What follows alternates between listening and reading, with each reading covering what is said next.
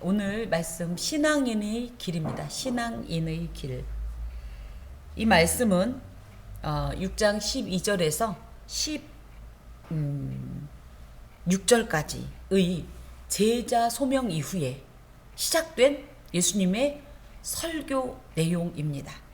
그래서 예수님께서 제자들을 소명하시기 위해서 밤이 맞도록 하나님께 기도하시고 난 후에 수많은 제자들이 무리 중에서도 특별히 12를 선택하셨고, 그리고 나서 그들과 함께 기도하던 산에서 내려오셔서 이제 본격적으로 하나님 나라를 선포하시는 중에, 그러면 이렇게 제자된 이들은 어떻게 살아야 할 것이냐, 또 제자된 이들에게 주시고 싶은 예수님의 아주 강력한 하나님 나라의 메시지가 오늘 본문이 되겠습니다.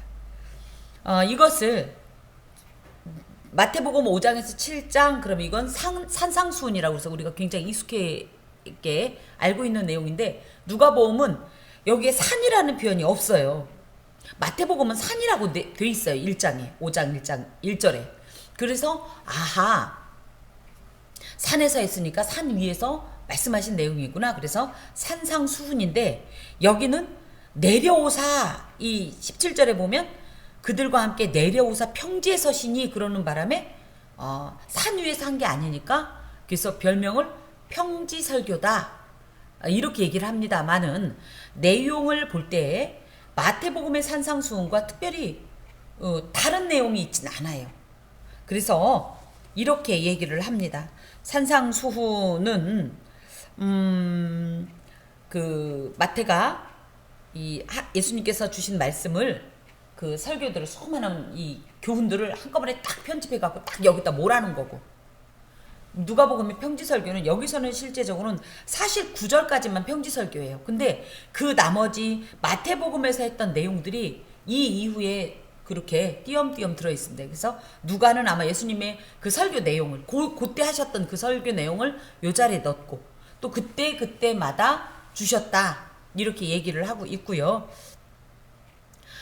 특히 이제 산상수훈의 내용을 잠깐 보면, 산상수훈을 대표적으로 뭐라고 그러냐면 팔복선언 들어보셨죠? 네. 그래서 팔복선언이면서 여기에 저주나 화에 대한 언급은 없는 것이 특징입니다. 그리고 우리가 잘 알고 있는 팔복선언에 더하여서 살인하지 말라, 간음하지 말라, 이혼, 맹세, 보복법 등 구약 율법을 거론하시면서 그것이 진정으로 온전히 성취되는 것이 무엇인가를 예수님께서 말씀하십니다. 그에 반해서 누가복음에는 오늘 우리가 살펴보는 요 내용만 가지고 볼 땐 복 있는 자가 네 종류의 사람이 나오고요. 저주받는 자의 또 네 종류의 사람이 소개되는 이런 또 구분점이 있습니다. 그래서 마태복음에서 구약 율법에 대한 거론을 예수께서 하신 이유는, 마태복음의 1차적 이 독자층 대상이 누구냐면 유대인들이기 때문에, 그래서 이들에게 익숙한 것이 율법 아닙니까? 그래서 이 내용을 말씀하신 것이고, 누가복음의 1차적 대상은 이방인이에요. 그러다 보니까 이런 어떤 율법 조항 등을 따로 여기에다 첨부하지 않았다, 또 이렇게 이해할 수 있습니다. 보통 자녀들도 마찬가지, 우리가 100일 잔치나 돌잔치 할 때 가가지고 100일을 맞은 애기한테 에휴 앞으로 그냥 지질이 고생도 하겠네 그러면서 에휴 그죠? 너는 병들 것이며 뭔 일을 해도 안 될 것이며 이런 얘기 해요, 안 해요? 안 하잖아요. 돌잔치 가가지고 집안에 망조가 들었어 막 이런 거 해요, 안 해요? 안 하죠. 축복하잖아요. 꼭 이런 접근은 아니지만, 예수께서 이 당신 앞에 나온 또 당신이 소명하신 제자들에게 무엇이 복된 삶인가, 우리가 몇 주 전에 살펴본 것처럼 하나님의 원하심은 무엇이다? 우리를 복내려 주시는 것이다.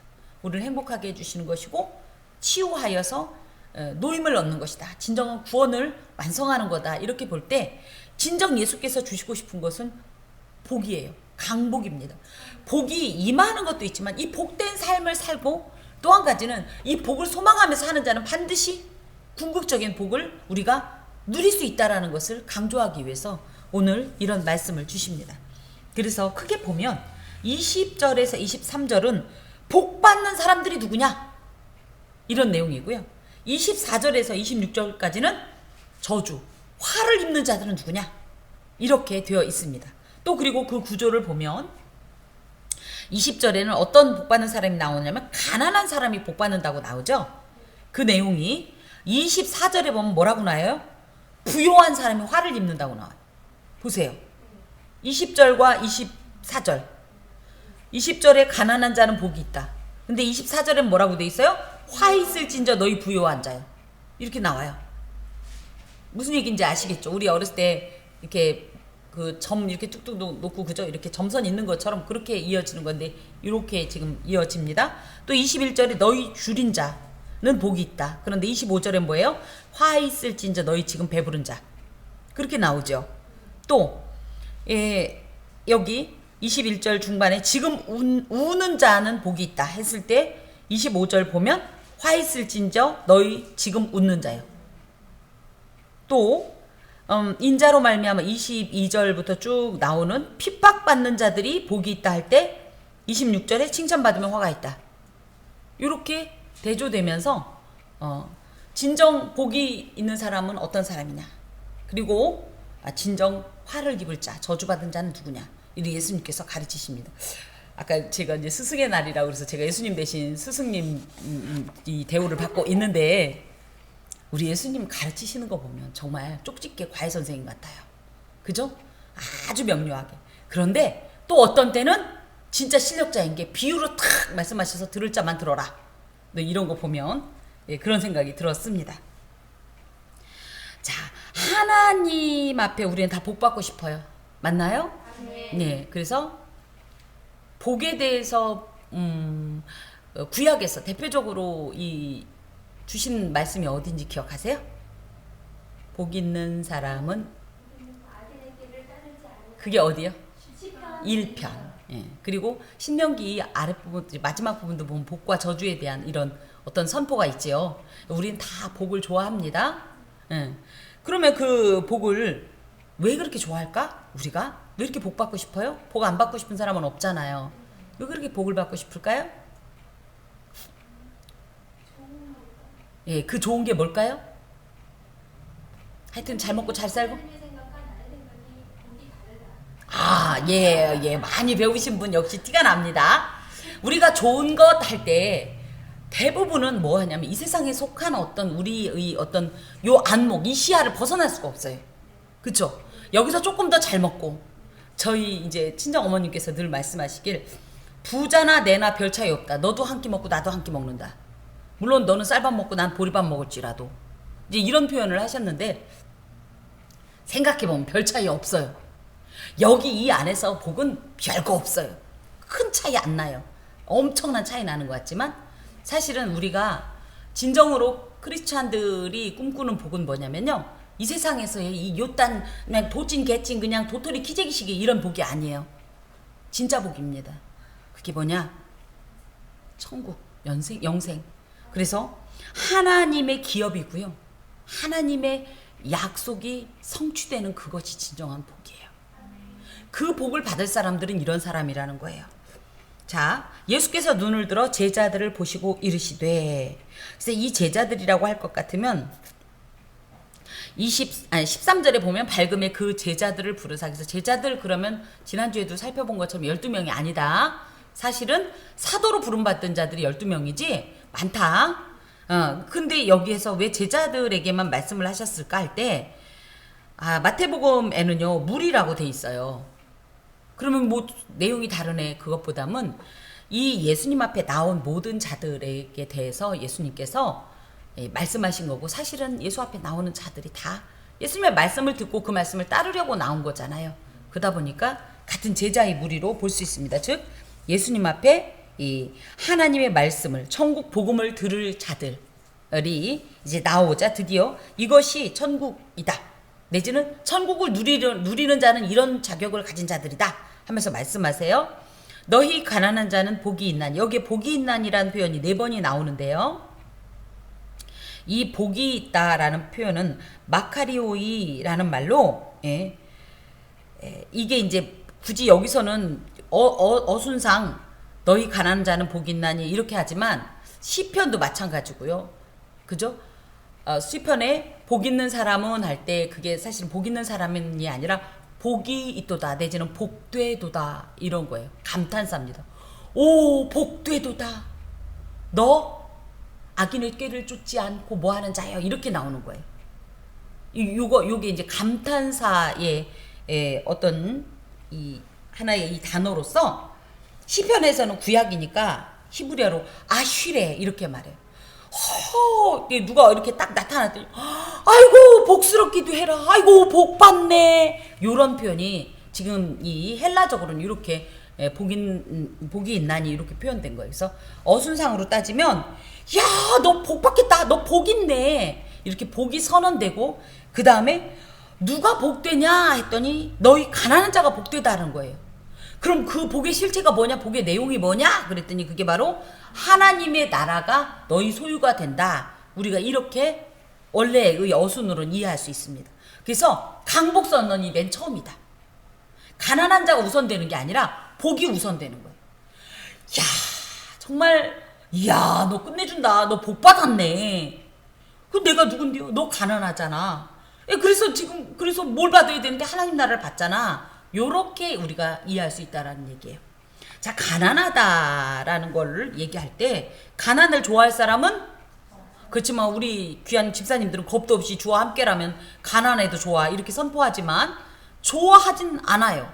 그러다 보니까 마태복음에 뭐라고 돼 있냐면 5장 2절에 심령이 가난한 자는 그러니까 뭐예요?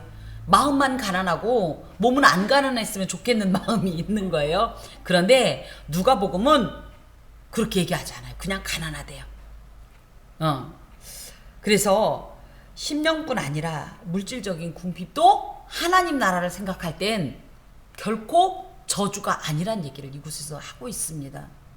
우리는 육체적으로 가난하면 저주받았다고 생각하고 하나님 앞에 배신당했다고 생각하고 그죠? 이거 약속이 다르잖아요. 복 준다며요. 우리 이러잖아요.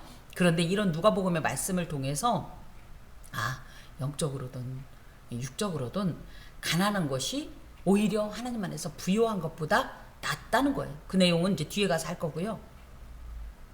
썩 용납하기 쉽지 않지만 왜 그러냐? 그럼 왜 그러냐? 가난하니까 어때요? 하나님만 의지할 수밖에 없어요. 내가 가난한 사람 이상하죠? 뭔 일을 해도 안 돼. 그죠? 다 될 것 같은데 마지막에 결정적인 게 꼭 틀어져. 근데 부자들은 어때요? 이상하게 잘 돼. 저거 다 안 될 거로 알았어. 근데 돼. 이겁니다. 그러다 보니까 우리가 가난한 사람 어떻게 생각해요? 내 힘으로는 안 되는구나. 야 이거 내 계산으로는 안 되는구나. 이게 나오는 거예요.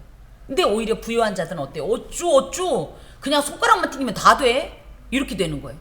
내 힘으로 안 된다고 생각하니까 그럼 우리는 그 가난한 자는 어떤 행동을 할까요? 기도하죠. 매달리죠. 내 힘으로 안 되니까 제발 좀 도와주세요. 내가 쟤랑 싸워야 되는데 안 되니까 어떻게 해요? 엄마! 이렇게 하는 거하고 똑같은 거예요. 이런 행동을 하게 된다는 거예요.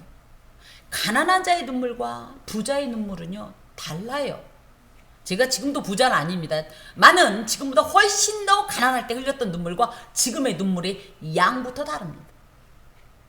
이 간절함이 다르고요. 이 가슴을 쥐면서 쥐어짜면서 그 파라칼레오 했던 그 내용이 달라요. 그 내용이 달라요. 그런 의미에서도 가난한 것이 하나님 앞에서 결코 저주는 아니다. 오히려 이 가난함 때문에 이 목마름 때문에 어떻게 보면 이 빈 것 때문에 채워지기를 바라는 무엇으로 내 거로는 더 이상 안 되니까 하나님의 그 모든 은혜로운 것으로 복된 것으로 채워지기를 바라는 이 마음 때문에 사실은 복이 된다는 거예요. 용납하기는 어렵지만 우리가 용납하지 않는다고 그래서 이 진리가 그럼 네가 영 못 받아들이니까 내가 변경은 안 됩니다. 그럼 진리가 아니에요. 하나님은 무엇보다 우리의 모든 전인적인 영혼육을 다 보시지만 그 중에서 가장 집중하시는 건 영적인 일이에요. 영적으로 볼 때 사실은 가난한 것이 진정 복되다는 거예요. 물론 육적으로는 고달플 수 있지만 이걸 우리가 분명히 알아야 돼요. 그래서 절대 시험에 들지 마세요. 가난해지니까 하나님 앞에 저주 입었다고. 성경이 가난한 자가 하나님 앞에 저주 입었다는 건 물론 죄로 인해서 저주를 받는 건 어쩔 수 없어요. 하나님이 취해버리는 건 어쩔 수 없지만 그런 내용 없습니다. 근데 이 복음이 자꾸 오염된단 말이죠. 그러면서 보이지 않는 진정한 세계는 제껴두고 보이는 세계를 우상 삼아서 자꾸 보이는 세계의 미혹에 따라서 교회도 움직이고 세상의 복음도 움직이고, 이게 말이 돼요? 저희 똑바로 알아야 돼요. 가난하다고 위축되지 마세요. 저는 정말 가난하다고 해서 저희 교회에서 누구를 무시하거나 또 부자라고 해서 굽신거리거나 절대 그런 일은 없다라고 저는 단언합니다. 오히려 약한 자에겐 더 약한 것이 주님의 어떤 방식이세요. 강한 것에는 더 강하게 부딪히는 게 주님의 방식이세요. 여러분, 약하다고 위축되지 마세요. 가난하다고 위축되지 마세요. 오히려 하나님은 그러하게 우리를 더 보신다는 사실을 기억하셔야 하겠습니다. 자, 그러면서 이들이 왜 복되냐고 했더니 하나님의 나라가 우리의 것이다. 하나님의 나라를 소유한다는 거예요. 이것은 하나님의 나라, 그러니까 천국 간다, 이것보다는 하나님 나라가 장래에 우리가 그야말로 그저 거할 어떤 장소로 미래적인 것뿐 아니라 현재도 그 하나님 나라는 우리 속에 계십니다. 그렇기 때문에 어떤 일이 있어요? 지금 가난해도 어떤 일이 있어요? 지난 수요일날 말씀드린 것처럼 우리는 비록 그렇죠. 이 가난으로 인해서 궁핍하더라도 사람들 앞에 가서 구걸하지 않아요. 누구 앞에 와요? 이 사람 앞에서는 정말로 그죠? 백조처럼, 안에서는 이럴지라도 가오를 잡고, 영적 가오를 잡고 딱 있다가 하나님 앞에 확 쓰러져가지고 엉엉엉 우는 거예요. 근데 그것이 비참한가요? 하나님 앞에 와서 울어보세요. 그 맛은 경험한 사람만 알아요. 참 알려줄 수 없어요. 알아서 경험하세요. 그 하나님 나라는요, 사실은 그래서 미래적뿐 아니라 지금도 우리 가운데 거하시는 그런 나라입니다. 그렇다고 너무 현실 도피적이면서 저 세상을 전혀 모르고 그냥 교회 와서만 밤낮으로 기도하라는 내용은 아니에요. 저는 권합니다. 뭐요? 형편이 어려울 땐 부지런히 일해야 돼요. 힘이 주어졌을 때, 여건이 주어졌을 때. 하지만 그것 때문에 위축되지 마라. 하나님께서 건강한 몸 주셨고 내지는 일할 터를 주셨다면 이것도 하나님의 복이에요. 감사하면서 이 날을 지내보세요. 하나님이 반드시 우리 생에 또 내세에도 약속하신 것을 채워주신다는 거예요. 자, 또 어떤 사람이 복이 있냐? 두 번째, 지금 줄인 자가 복이 있다. 그래서 여기 이 말을 바꾸면 다시 복되도다. 지금 줄인 자여, 너희가 배부름을 얻을 것이다. 이렇게 되어 있는 거예요. 줄이다라는 이 표현이 마태복음 5장 6절에는 그냥 줄이다고 하지 않고 의에 줄이고 목말랐다 이렇게 되어 있어요. 의에 줄이었다 이런 얘기는 하나님의 나라 내지는 영적인 이런 갈급함, 영적인 결핍감을 느끼면서 그것에 대해서 이 하나님께 구하는 이런 내용으로 되어 있는데, 이 줄임을 경험하는 것은 굉장히 중요합니다. 죽은 사람은 목마른 줄, 배고픈 줄 몰라요. 특히 줄임을 경험해야, 줄임을 내가 이렇게 체감을 해야 물을 마시는 거예요. 물이 필요를 느끼고 물을 요구할 수가 있는 거예요. 그래서 우리가 현재 줄임을 어떻게 보면 갈급함, 이 가람을 느끼는 것은 굉장히 의미가 있습니다. 예배 드릴 때 정말 목마른 사람들은요, 한 모금 한 모금을 꼴딱꼴딱 단물 마시듯이 생수를 취하듯이 그렇게 마십니다. 근데 줄임을 느끼지 못하는, 영적 기갈 현상을 체감하지 못하는, 이미 우리는 영적으로 기갈한 존재예요. 아모스서 8장 11절에 보면 이 백성이 양식이 없어 줄임이 아니며 물이 없어 가람이 아니요 여호와의 말씀을 듣지 못한 기갈이라 이렇게 돼 있어요. 이 시대가 이런 시대예요. 그러니 누구라도 하나님 앞에 나오면 예수님 목마릅니다가 있어야 돼요. 그런데 그 줄임을 못 느끼는 자는요, 하나님 앞에서 결코 체험을 다시 받지 못해요. 그런 의미에서 지금 목말라 하는 자가 얼마나 복된지요. 이런 어떤 줄임은 뭐냐면 하나님이나 또 의에 대한 간절한 목마름, 하나님의 나라, 하나님의 어떤 이 통치를 간절히 소망하는 마음으로 육체적 굶주림과 마찬가지로 영적 기갈과 갈급, 주림과 갈증조차 느끼지 못하는 자는 사실은 영적으로 죽은 자예요. 그냥 여기 앉아 있지만 사실은 주림을 느끼지 못한다면 아까도 말씀드렸듯이 무감각한 영적 둔감함, 영적 무감각은 사실은 그 생명이 없는 거와 마찬가지라고 얘기할 수 있어요. 무엇보다 목마른 자는 물을 어떻게 먹을까요? 내가 목마르다고 느낀 사람은 그렇죠. 한 바가지를 먹게 되는 거예요. 그래서 내가 목마름을 느끼는 그 깊이만큼 채울 수 있어요. 그 넓이만큼 채울 수 있어요. 그러니 이 줄인 것이 얼마나 복된지 모르겠어요. 그로 인해서 어떤 일이 있냐? 줄이다라고 고백하는 자는 배부름을 얻을 것이다. 이 배부르다는 건 단순히 저희 오늘 진짜 배부르게 먹어서 배부름이란 말이 새삼스럽게 들리는데, 이 배부르다는 말은 겨우 목마른 것만 한 모금 죽이는 정도가 아니라는 거예요. 목을 죽이는 정도가 아니라는 거예요. 누구 말대로 밥 한 숟갈 떠서 간신히 죽기 직전의 것만 면하는 정도가 아니라 어떤 정도냐면 정말 차고 넘쳐서 더 이상 들어갈 수 없는 양을 의미합니다. 예수님, 나 목마릅니다. 예수님, 나 예수님이 고파요 라고 고백했을 때 그 깊이만큼 하나님께서 성령 안에서 충만하게 채워주신다라는 표현이에요. 하나님께서는 의에 줄이고 목마른 자의 영적 욕구를 완전히 해소시켜 주시는 분이고 만족을 주시는 분이에요. 그래서 예배 전의 표정과 예배 이후의 표정이 달라지는 거예요. 체험받았으니 여유로워져요. 예배 안 드리면 어때요? 우리 싸나워져요. 왜? 배고프니까, 목마르니까. 근데 예배 드리고 나면 우리 어떻게 되죠? 조금 일시적이긴 하지만 눈이 살짝 풀어지면서, 그죠? 예뻐지잖아요. 왜요? 체험받았으니까. 이겁니다. 그래서 예배 드리기 전에 이랬었는데 예배 끝나고 나면 뭐 이렇게 되는 거예요. 이 배부른 자의 여유죠. 그죠? 체험받은 자의 여유예요. 다만 본문의 동사가 보면 배부름을 얻을 것이며 이러면서 이제 여기 너희 것이며도 그렇고, 이것이 단시간에 지금 이 자리에서만 만족되고 끝난다라는 뜻은 아니에요. 물론 지금도 체험을 받지만 이것이 그날까지, 그 구하는 그날까지 끊임없이 지속적으로 공급을 받는다는 그런 표현을 함께 가지고 있습니다. 그러므로 이 영적인 배부름, 또 이 만족감을 경험한 사람들은 계속 그것을 누리고 싶죠. 우리 예배 드릴 때 물론 하나님께 영광이지만 한편 마음으로 어떤 마음이 들어요? 은혜 받고 싶죠. 체험받고 싶죠. 이걸 경험한 사람들은 그런 소망이 있다는 거예요. 그러면 그런 소망을 따라서 계속적으로 하나님 앞에서 이 영적 갈급함과 이 어떻게 보면 주림을 가지고 나아갈 때 그 길을 계속 가다 보면 결론적으로 어디에 도달하냐면 천국과 만나게 돼 있어요. 그곳은 어떤 곳이에요? 정말 이 배부름 오브 배부름, 코르티즈라고 하는데, 이 코르티조가 우리 안에 정말로 진정 코르티조가 되는 그런 세계로 우리가 갈 수 있습니다. 그런 세계 속에 거할 수 있습니다. 또 어떤 사람이 복이 있냐 했더니 지금 우는 자. 그래서 이 말도 하면 복되도다 그랬더니 어머 그래요, 나 복 받고 싶어요. 그런 사람이 누구예요? 그랬더니 지금 우는 자. 어순이 이렇습니다. 그러면 그게 뭔데요? 너희가 웃을 것이다. 이렇게 되는 거예요.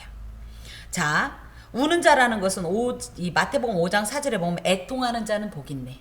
근데 거기에 보면 여기는 너희가 웃을 것이며 그랬는데 마태복음엔 위로를 받을 것이며 이렇게 되어 있습니다. 그래서 요거를 이제 조금 내러티브 형식으로 좀 설명을 해보면 하나님과 하나님의 법도를 인정하고 거기에 미치지 못하는 자신의 처지를 돌아보면서 겸손한 자세로 하나님 앞에서 애통하는 거예요. 우는 거예요. 그럼 어떤 애통이 있냐 할 때 첫 번째, 하나님의 나라가 이 땅에 온전히 임하지 못하는 그 모습 때문에 울게 돼요. 우리 그렇죠? 우리 집사님도 오늘 오전에 기도했는데 우리가 꿈꾸는 나라는 하나님 나라입니다. 그 하나님 나라가 온전히 임하려면 이 땅을 다스리는 지도자가 하나님의 권위를 인정하면서 청지의식으로 하나님의 나라를 이 땅 가운데 건설해야 돼요. 근데 돼요, 안 돼요? 그래서 우리가 나라와 민족을 위해 기도할 때 저런 것들 내 저럴 줄 알았지 이렇게 안 하고 어떻게 합니까? 이 민족을 불쌍히 여겨주시고, 그죠? 교회를 세워주시고, 이게 다 이 의에 대한, 하나님의 나라에 대한 애통이 되겠습니다. 또 한 가지 애통은 뭐냐 할 때 나의 지은 죄로 인한 슬픔의 탄식입니다. 하나님 앞에 죄를 고백할 때 너무 죄송스럽고 민망하고, 그쵸? 나의 이 하나님을 실망시켜드린 이 행동 때문에, 하나님을 배신한 이 행동 때문에 우리 하나님의 가슴에 얼마나 애가 탈까 싶어서 이 불효막심한 죄를 고백할 때 눈물이 앞을 가리잖아요. 이런 것이 다 애통인데요. 이렇게 철저하게 하나님 앞에 애통을 하게 되면 하나님께서는 어떤 역사를 이루냐면 마태복음 5장 4절의 위로의 역사를 베풀어 주신다는 거예요. 위로자가 누구였죠? 성령님. 아멘입니다. 파라클레이토스. 그래서 이분은 누구다? 파라칼레오 하시는 분이다. 위로해 주시는 분이다. 격려해 주시는 분이다. 변호해 주시는 분이다. 우리 대신 하나님 앞에 말할 수 없는 탄식으로 기도하시는 분이다. 이 파라칼레오의 역사를 파라클레이토스를 통해서 허락하신다는 거예요. 그러면 어때요? 울었지만 그 하나님의 이 파라칼레오, 성령의 파라칼레오는 무엇이냐면 저 꼭대기에서 아이고 그래 안 됐다 그만뚝 이렇게 안 하신다는 거예요. 어떻게? 친히 찾아오셔.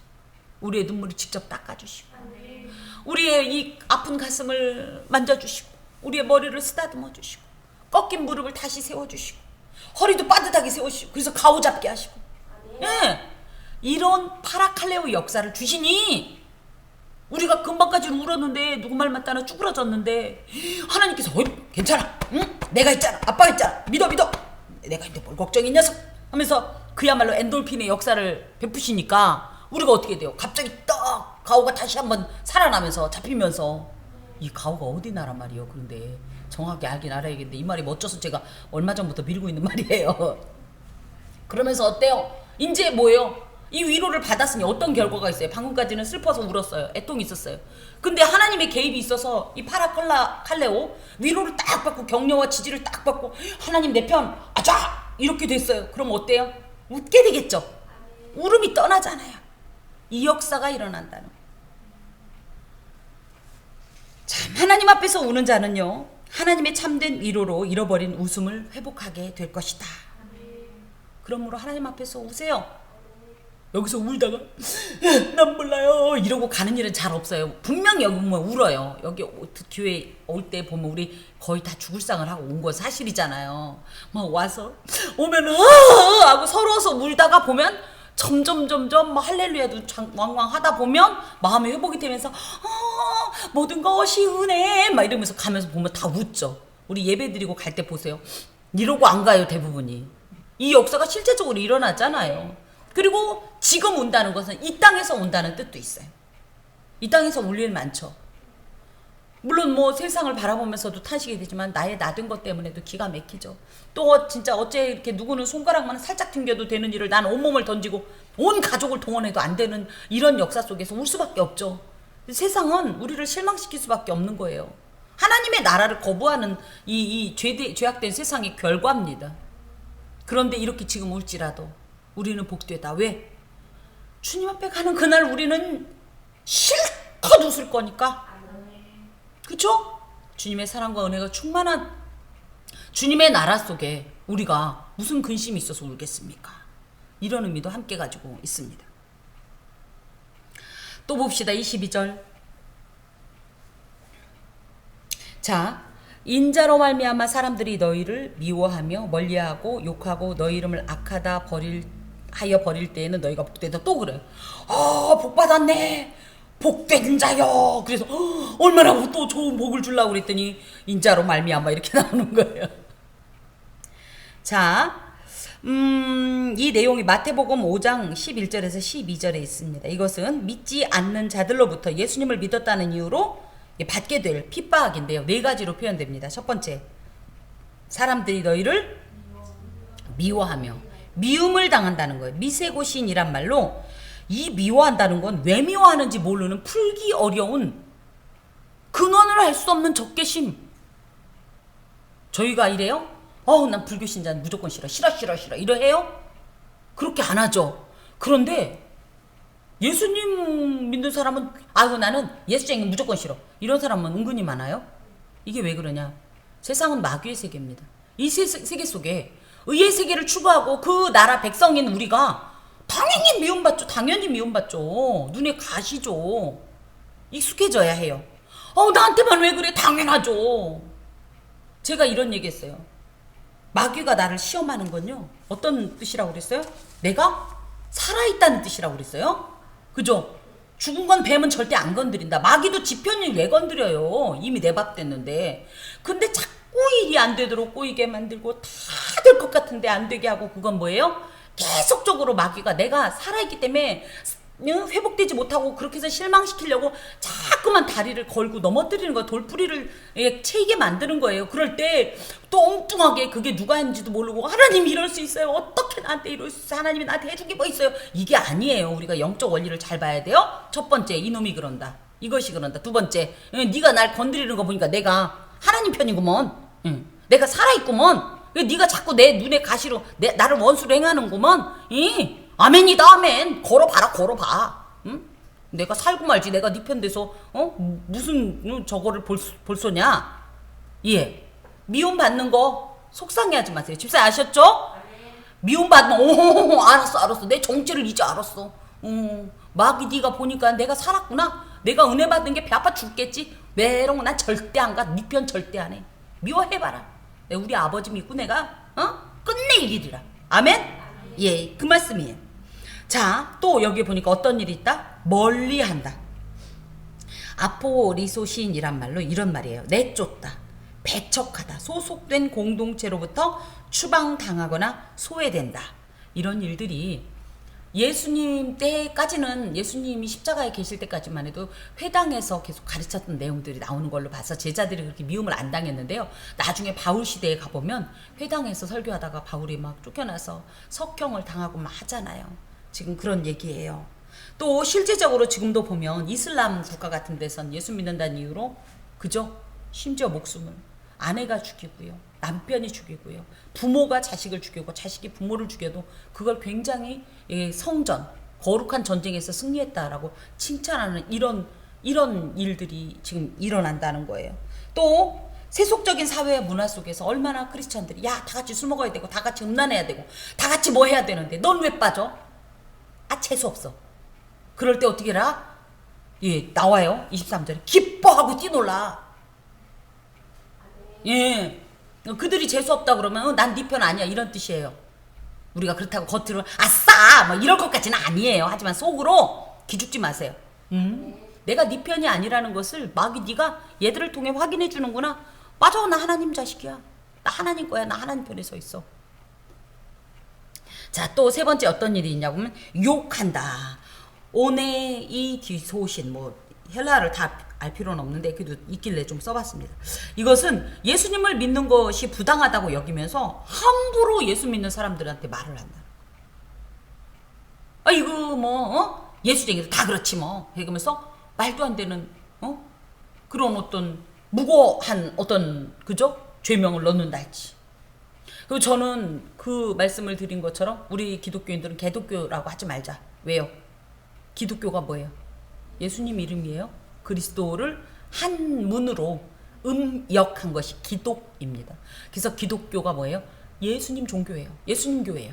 예수교회예요. 근데 개독이라고 부르면 뭐예요? 예수님의 신성모독이에요. 근데 지금도 아직도 뭐 인터넷 같은 데 이렇게 보면 개독교 어쩌고 우리가 자기들한테 뭘 잘못했어요? 뭘 잘못했냐고요. 근데 이걸 어떻게 생각해라? 억울은 하지만 계속적으로 맞다. 나는 하나님 새끼다. 같은 그리스도인인데도 개독교가 다 그렇지 뭐 막 이렇게 한다면 알려주세요. 너 누구 편이요? 자, 또 어떤 행동이 있냐고 했더니 너희 이름을 악하다 하여 버린다. 이 너희 이름이라고 할 땐 우리 이름, 개개인의 이름이 아니라 우리 누구의 이름으로? 아까 이 골로새서에도 누구의 이름으로? 주 예수의 이름으로. 그죠? 그래서 우리가 주 예수의 이름이라는 것은 그리스도의 추종자라는 뜻을 갖고 있어요. 그분의 제자라는 뜻을 갖고 있어요. 그것 때문에 우리가 예수를 믿는다는 이유로, 우리가 기독교인이라는 것으로 대적들이 우리에게 악하다고 하고 정죄하는 것을 의미해요. 그럴 때 무슨 일이 있냐? 복이 있도다. 실제로 사도행전에 보면 그 교회와 제자들이 이런 일을 당하죠. 특히 대표적으로 이제 바울도 그렇고요. 예수님의 사도들이 다 그 시대에 그렇게 순교를 당했어요. 그들을 우리가 저주받은 자라고 할 수 있습니까? 우리도 그 사도들이 반열에 들기를 원하는 거 아닙니까? 그렇다고 볼 때 이것이 얼마나 귀한지요. 근데 여기에 그냥 22절에서도 중요한 게 있어요. 사람들이 너희를 미워하며 멀리하고 욕하고 너희 이름을 악하다에 버릴 때에는 복이 없어요. 근데 언제 복이 있냐? 인자로 말미암아. 예수님 때문에 욕먹고 예수님 때문에 미움받고 예수님 때문에 왕따 당하고 우리 집사님 그죠? 예수님 때문에 왕따 당하고 그런 건 복이 있다.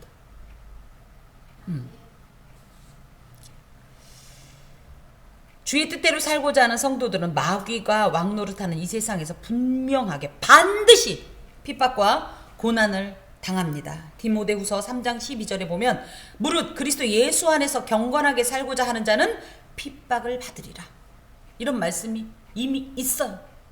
그러니 그것으로 인해서 어떻게 해라. 23절에 보니까 그날에 기뻐하고 뛰놀라. 이것을 잘 알아야 되는 것이 그날에, 그럼 우리 보통 그날이면 어떤 날? 주님의 재림하는 날인 줄 알았더니 여기에서 그날은 언제냐 했더니 그 핍박의 현장에서래요. 그 자리에서, 그 시간에, 그곳에서 어떻게 해라? 그 일로 인해서 기뻐하라. 근데 기뻐만 하라고 하면 조용히 속으로 기뻐하면 좋겠는데 뛰놀라까지 하셨으니 액션을 행하라는 건데 그렇다고 아이 기뻐라 이럴 순 없지만 이제 첫 번째 소극적으로 위축되지 마세요. 두 번째 다시 한번 아까도 말씀드린 탁! 응? 맞다! 네가 제대로 봤다! 난 하나님 새끼다! 탁! 마음을 잡으라는 거예요. 자, 왜 그러냐? 왜 그렇게 기뻐하고 뛰놀 거냐? 보상이 있다는 거예요. 하늘에서 너희 상이 크다는 거예요. 하나님의 보상이 있다는 거예요. 하나님의 보상이. 자, 보상이라고 할 때, 이 상이라고 할 땐 뭐냐면 뭐겠습니까? 궁극적으로는 하나님께서 우리에게 영원한 생명을 주시는 구원의 완성이겠지만 이 땅 가운데서도 하나님의 구원은 오늘도 지금 이 시간에도 어떤 곳에서든지 지속적으로 다양한 모습으로 임한다. 주 예수를 믿으라. 그리하면 너와 내 집이 구원을 얻으리라 할 때 그 구원을 우리는 예수님 믿고 거듭났고 그냥 천국 가는 거 이렇게 국한하지 마세요. 그 구원은 날마다 모든 것에 임한다는 사실입니다. 나의 기도 제목에도 응하고요. 나의 약함에도 응하고요. 나의 실패에도 응하고요. 그래서 그것을 늘 하나님께서 이 상황을 극복하고 이 당당하게 살아갈 수 있는 힘을 지속적으로 주는 이 모든 것이 하나님의 구원의 실제적인 역사입니다. 그것이 있었고 그것이 있고 그것이 심지어 커요. 커. 그렇기 때문에 우리는 그 자리에서 기뻐하고 뛰놀 수 있습니다. 또한 여기에 좀 의미 있는 말이 있는데 그들의 조상들이 선지자들에게 이와 같이 하였느니라. 이 그들은 누구냐고 할 때 22절이 이런 사람들입니다. 예수님 믿는다고 우리를 미워하고 멀리하고 욕하고 우리 이름을 악하다 하여 버리는 자들이에요. 그들의 조상들은 이 쉽게 말하면 이제 구약의 이스라엘, 어떤 이스라엘이냐?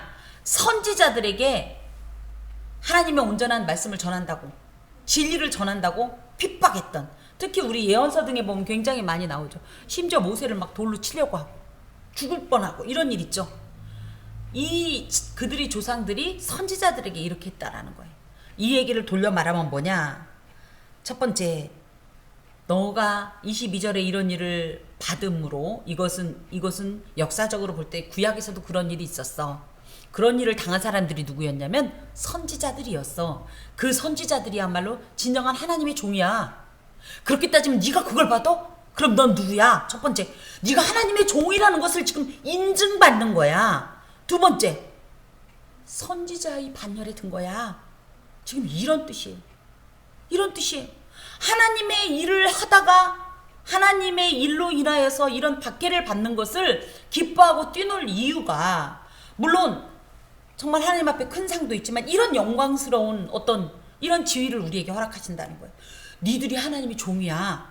그거 진정한 하나님의 선지자의 이 반열에 드는 그런 역사야. 그러니 우리가 기뻐하고 뛰는 수밖에 없잖아. 이런 얘기입니다. 자, 저주받은 사람들의 얘기를 이제 또 24절부터 26절까지 우리가 말씀을 받겠는데요. 이 아까 복이 뭐라고 그랬냐면 하나님의 약속, 하나님의 기업이라고 했다고 하면 저주는 뭡니까? 이 모든 것이 그들에게는 임하지 않는 것이 저주예요. 저주받는다고 우리 보통 병들어 죽고, 그죠? 아주 꼴 좋다 쫄딱 망하고, 그죠? 뒤로 넘어져도 코가 깨지고 뭔 역사가 있어야지 저주라고 생각하는데 그게 아니라 궁극적으로는 이들이 하나님 나라를 소유하지 못하는 게 저주입니다. 그런 자들이 누구냐? 그러나 화 있을진저 너희 부요한 자여. 여기 이제 잠깐 그러나를 본다고 할 것 같으면 이 그러나는 20절에서 23절과는 정반대, 아주 대조적인 비교되는 어떤 상황이고 존재라는 것을 의미해요. 그래서 화 있을진저. 근데 참 이 말이 제가 너무 은혜가 됐습니다. 이 화 있을진저가 우아이라는 말로 슬픔 또는 죄상을 들추고 꾸짖는 어떤 감탄사예요. 근데 여기에는 화 있을진저, 우리는 보통 그렇게 생각하는데 이런 비난의 의미도 있지만 사실은 동정적인 슬픔이 표현되어 있대요. 예수님은 예수 믿는 사람들에게만 하나님인가요? 우리들만을 위해 십자가에 못 박히셨어요? 온 땅의 생명을 위해서 십자가에 못 박아 죽으셨어요. 전 인류를 위해서. 이들이 다 원래는 하나님의 자녀가 될 것을 기대하면서 창조하신 거예요. 10손가락 깨밀어 안 아픈 손가락 없는 거. 그러니까 아이고 고소하다, 니네들 앞으로 이렇게 당할 거다, 이런 심리가 아니라 예수님은 당신이 실제적으로 창조 사역에 동참하셨던 분으로서 한 사람 한 사람이 한 영혼 한 영혼에 대한 찐하고 진심 어린 애착심을 갖고 있어요. 그들 모두가 하나님 나라에 임하기를, 하나님 나라에 이 초대되기를, 그곳에 거하기를 원하시는 이런 마음인데 그들은 그곳에 들어가지 못하겠다라는 이런 안타까운 비통감을 이 화 있을진저라는 표현에 담고 있습니다. 주님의 마음이 그런 마음이에요.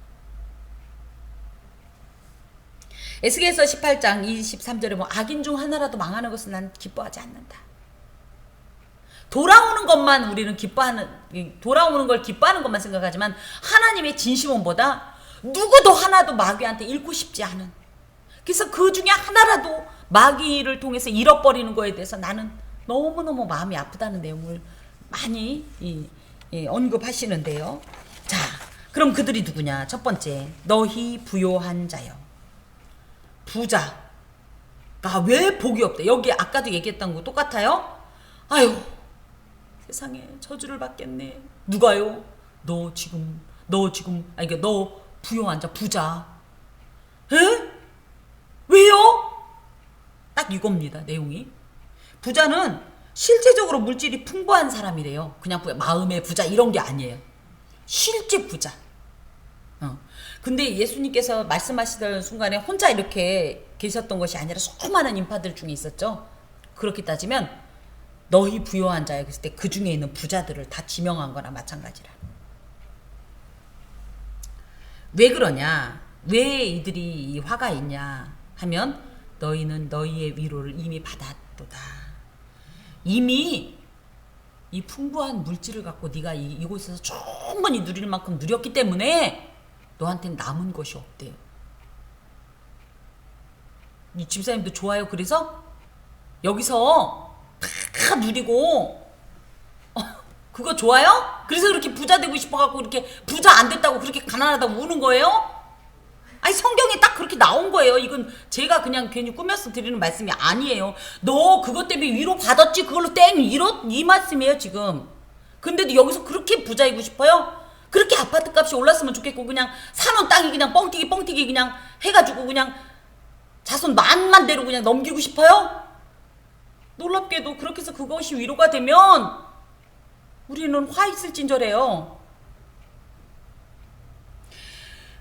보이는 세상에서 물질만을 우선시하고 어려운 이웃들을 외면하며 오직 자신의 이익과 쾌락만을 탐닉함으로 자기 자신의 영적 궁핍을 깨닫지 못하죠. 이들은 그러므로 예수님 없어도 돈 가지고 다 되는 세상 아니에요 지금. 만몬 사상이 가득해서 예수님의 존재가 필요하지도 않아요. 그리고 뭐예요, 오히려 예수님보다 실제적인 돈이 지금 나의 스승이고 나의 하나님인 이들이 뭐가 그렇게 복되다는 거예요. 부자들이 우는 울음은 달라요. 가난한 자, 물론 각각의 어떤 근심은 다 있겠지만 돈이 여유로워서 근심 없는 자들이 뭘 그렇게 새벽 예배를 하겠어요. 잘 쉽지 않아요. 그래서 대그룹 총수들이나 누가 혹여라도 이렇게 기도의 재단을 쌓는 건 대단한 거예요. 물론 어떤 내용을 하는 건지는 모르겠으나 그런 의미에서요. 누가 그렇게 새벽에 일어나고 싶겠어요. 그쵸?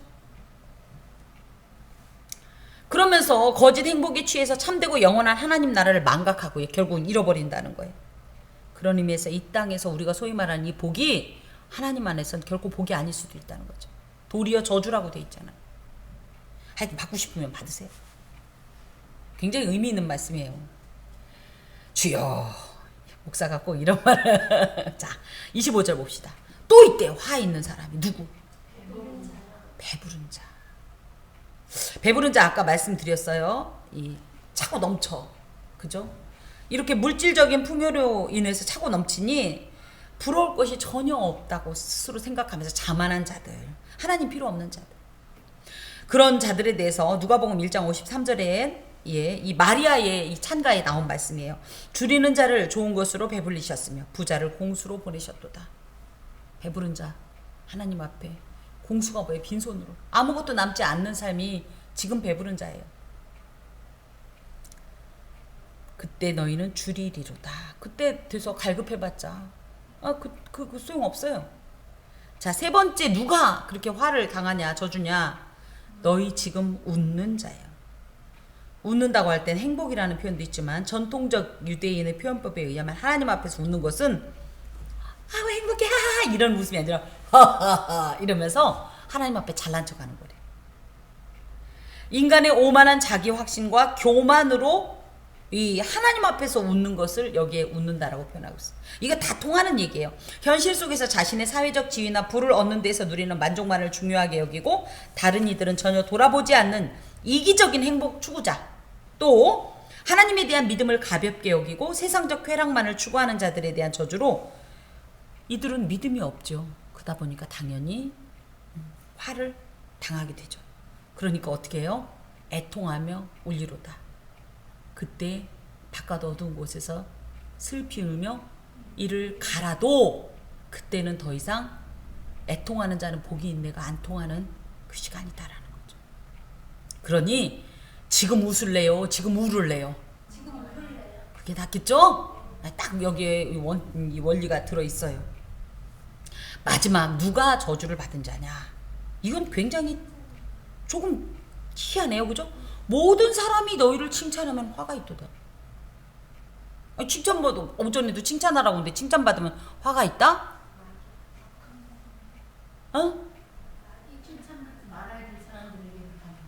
칭찬받지 말아야 될 마귀 맞습니다. 두 분 얘기를 제가 종합해서 정리할게요.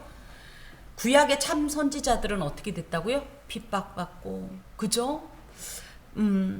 마치 하나님 앞에 저주받은 자처럼 이사야 봐요. 벗은 몸과 벗은 발로 3년 동안 돌아다니고 무슨 노숙자도 아니고 정말 그죠? 예레미야 봐요.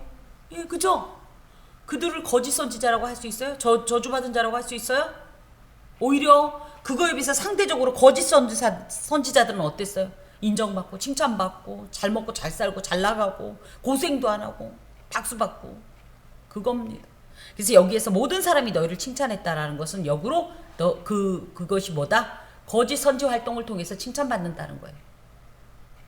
그래서 세상 사람들은 너를 추앙할지 모르겠다. 하지만 그건 궁극적으로 뭐다? 화가 되는 일이다. 저주가 되는 일이다. 이런 이야기입니다.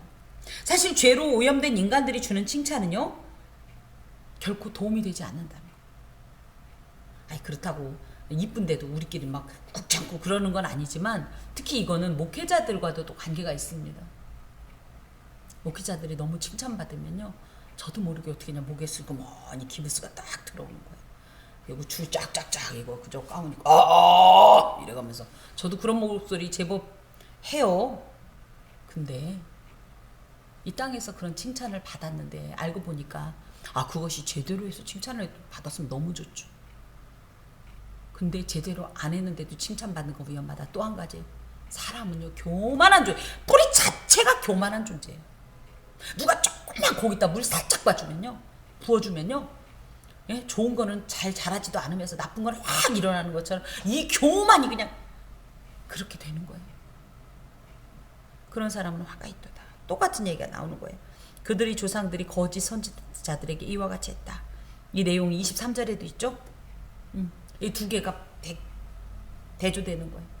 미움을 당하는 것 같지만 오히려 그것이 복이 되는 이유, 또 칭찬을 당하는 것 같지만 그것이 저주가 되는 이유가 이미 우리는 구약적인 선례를 통해서 다 알 수 있다.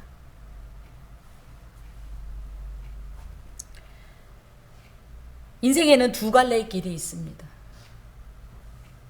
여러 갈래의 길이 있잖아요.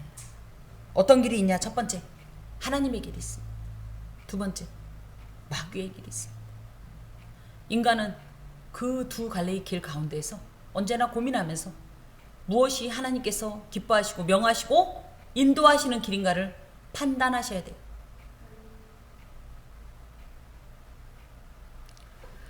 지금 제가 일부러 이 내용을 얘기를 안 했는데, 이 21절에 보면 지금 줄인 자, 지금 우는 자, 이런 내용 있죠.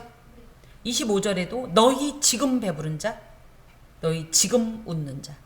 이 지금 뉘인이란 말은요, 현재를 말하는데 현재 안에는요 고통의 삶이 있고요, 또 상대적으로 행복한 삶이 있다는 거예요.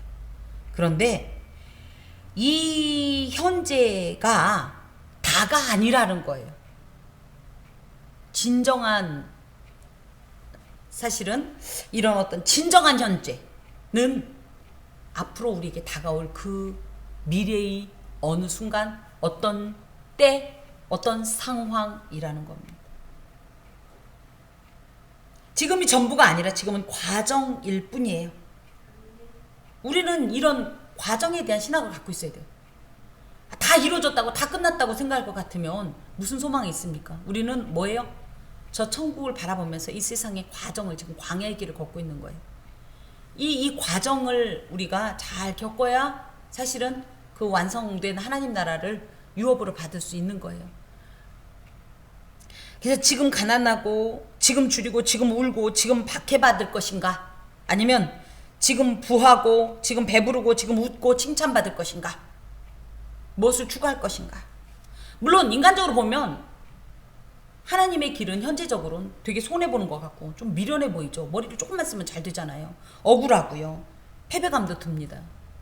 그리고 상대편에 서 있는 이들은요, 굉장히 지혜로운 것 같고요, 아주 실속 있는 것 같고요, 성공한 것 같고요, 부럽기도 합니다만은, 예수님의 주신 이 말씀을 통해서 우리가 또렷하게 하나님의 길의 선자가 누릴 것이 무엇이고 바라볼 것이 무엇인가를 정리하고 새겨야 해요. 주님께서 주신 길은요, 세상의 통념과는 전혀 다른 차원의 복과 화입니다. 여러분, 어떤 길을 선택하셨습니까? 진짜죠? 여기서만 하고 저기 가고 또 생각이 잘못됐어요. 바꿀 용이 있나요?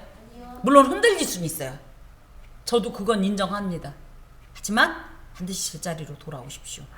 애초에 우리가 하나님 앞에서 받은 이 말씀의 자리, 이 은혜의 자리, 결단의 자리를 회복하십시오. 그리하여서 세상 가운데서도 우리가 세상 사람들이 볼 땐 비루할지 모르지만 하나님 안에서 얼마나 부요하고 복된 자인 것을 우리 스스로도 인식하고 그들에게도 당당하게 보여줄 필요가 있고요. 더하여서 이런 세상에 하나님의 길과 반대되는 잘못된 통념을 쫓는 이들에게 경종을 울리는 실제적인 방망이의 역할도 해야 되겠습니다. 그래서 우리가 이렇게 사는 것이 결코 저주가 아니라 우리는 궁극적인 복을 바라보면서 지금을 참고 또 견디는 것이다. 하나 더는 지금 이곳에도 그런 삶 가운데 하나님의 역사가 계시다는 것을 신뢰하고 당당하게 살아갑시다. 기도하겠습니다. 주님 감사합니다. 감사합니다. 지금 가난해서, 지금 울어서, 지금 줄여서, 지금 미움받아서 감사합니다. 지금 부요하고, 지금 배부르고, 지금 웃고, 지금 칭찬받는 이 일이 얼마나 무서운지 우리로 알게 하시고, 도리어 이 길을 등지고 기꺼이 주님의 십자가를 바라보며 그 길을 걷게 하옵소서. 예수 그리스도의 이름으로 기도하오며, 여호와는 내게 복을 주시고 너를 지키시기를 원하며, 여호와는 그의 얼굴을 내게 비추사 은혜 베푸시기를 원하며, 여호와는 그 얼굴을 내게로 향하여 드사 평강 주시기를 원하노라. 아멘.